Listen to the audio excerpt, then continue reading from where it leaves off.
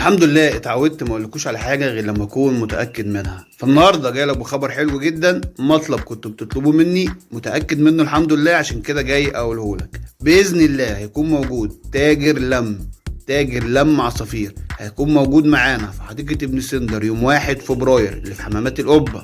يوم 1 فبراير في تاجر لما يكون معانا مطلوب باذن الله معظم الانواع. ولكن عايز تسلم اي عصفور عندك طيور عايز تبيعها، تعالى ابن سندر وهاتها معاك. بقولها لك اهو بقلب جامد باذن الله. في تاجر لما يكون معانا حاجز ترابيزه، خلاص الراجل دفع واكد الحجز، عشان كده بقول لك الخبر.